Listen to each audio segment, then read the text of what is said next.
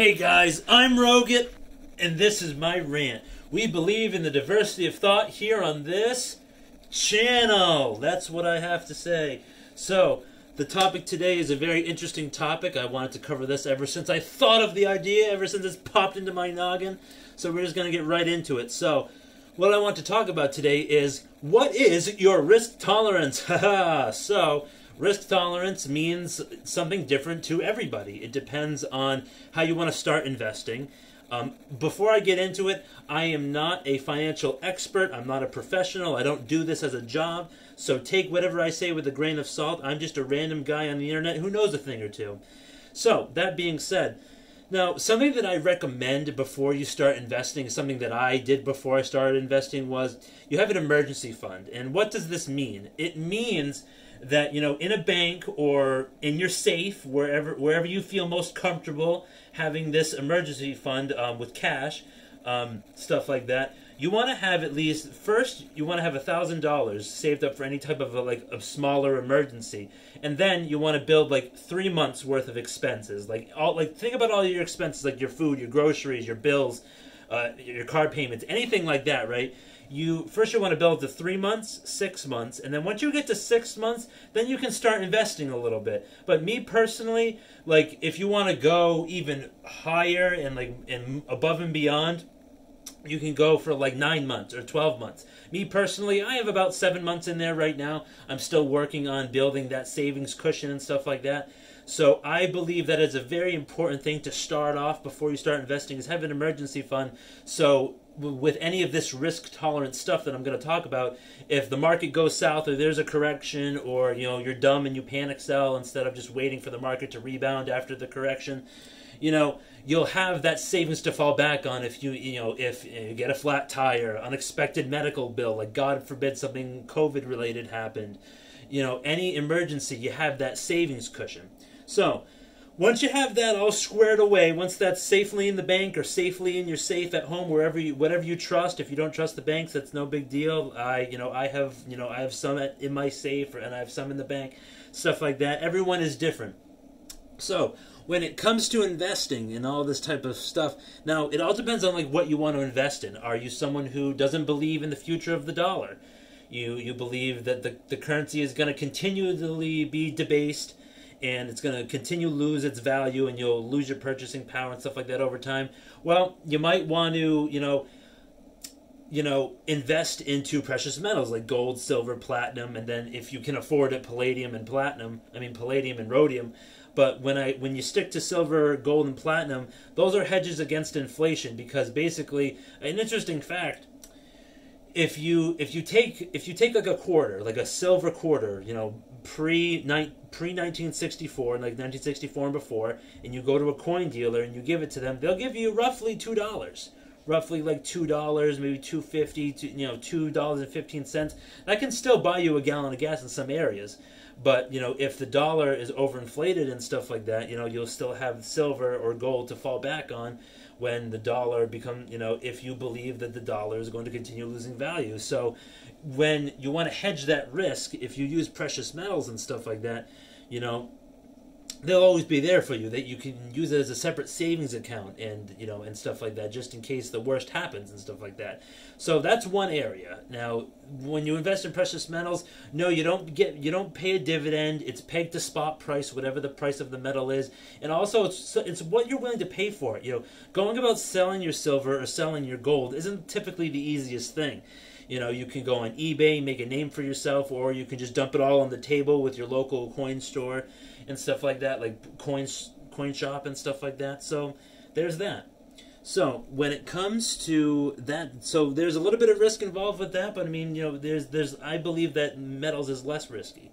Now, when you go into going into the stock market, right? You want to throw your money. Oh, also, throwing cryptos in there. Cryptos are highly volatile. They go up 100% or 200% one day and down 300 the next day. Those are another hedge against inflation that people see. It's another good store of wealth. Betting against the dollar, stuff like that. So cryptos is another thing. It's a lot more risky, but it's in the same aspect. People put it in the same category as gold and silver when it comes to sound money. So when you're going to, like, let's just say you want to invest, and you want to invest in well-established companies like dividend stocks, so you can make that passive income, right? Now it's a little risky because you can find certain companies that really haven't moved up in price per se. Some horizontal moving stocks that the price, like AT&T. AT&T is one of those horizontal moving stocks that hasn't really moved a lot recently, but I mean it pays a 7.5 dividend yield. So if you invest like $1.8 million into AT&T, you can live like $60,000 to $70,000 a month in dividend paying stocks. Now, investing into one dividend paying stock is pretty risky in my opinion, but if you diversified over a lot of different industries like I have, when it comes to telecommunications like Verizon, AT&T, when it comes to energy like AES Corporation or Enbridge or ExxonMobil, and then investing into healthcare stocks, materials, manufacturing. When you spread it all across like tons of different industries, then you're minimizing your risk. Now again, you need to look into these companies. Like, are their fundamentals strong? Do they have a good balance sheet? Do they have a good reputation? Do they have a long, really good history of actually paying their dividends on time? And if they increase their dividends over like a 15 to 20 year period, or looking at a company is like, oh wow, this ABC company, oh the dividend, oh wow, over the past year they've decreased it every quarter. I mean, that's not really a good sign, right? So you got to really look into these things and that type of stuff. Now, when it comes to growth stocks, okay, so like let's just think of like the tech stocks, right? You got your Amazons, your Googles, your Netflixes, your Zoom. I know I'm missing some and stuff. Oh, Alibaba, like when you're looking at, like, those stocks have seen an incredible run up in price, and they're incredibly overvalued in my opinion.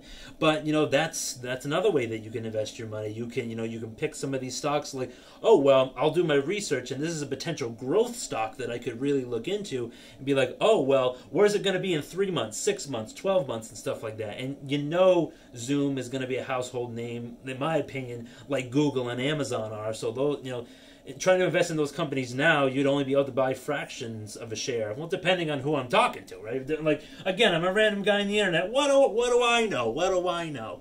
So there's those growth stocks. So those are more risky because some of them have PE ratios like way over 50. Some are profitable, some aren't. They're kind of like how Tesla just became profitable, only they sell fractions of the amount of cars all the other major automakers sell. So you really got to look into this type of stuff. Now, when it comes to like value stocks, now a lot of people moved away from value stocks during this new recession that was the prick that popped some of the bubble was the coronavirus. The financial system was already on shaky ground, but the coronavirus kind of pushed it over the edge, and a lot of people moved away from these value stocks into these tech stocks. So you have your hospitality industry, like your hotel industry, your restaurants, your travel stocks like cruise lines and airlines. Those have some upside potential, a year from now when things are starting to get back to normal. Like, 6 months from now when more people have available access to the vaccine, those stocks could potentially have some upward potential. And they can move back to where they were, and you can make some money off of that. It all depends on like how much time you're willing to put into this research. Again, I'm not an expert. I don't do a shit ton of research. I only do enough that is important to me and my investing strategy. That's why you got to develop your own investing strategy. And the main topic and the main point here is diversification. You want to be invested in some dividend stocks. You want to have some growth stuff in your portfolio as well. You never know. And when it comes to value stocks, or even the more risky side of things, are like penny stocks. Like, I had a couple penny stocks for a little while. I made a little bit of money off of them, but you never really know, because these very low valued stocks, they could go south.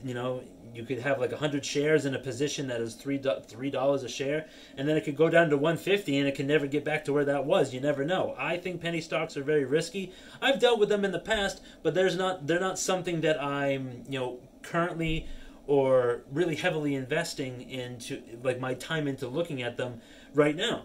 So that was all over the place. I know there was a lot of information to take in. I really appreciate you watching, and again, like, you just got to know what your risk tolerance is. Like, do you want to be a little bit more risky? Like, more risk can potentially lead to more return, or you want like a mid-tier risk level, and you want to just be like a dividend guy.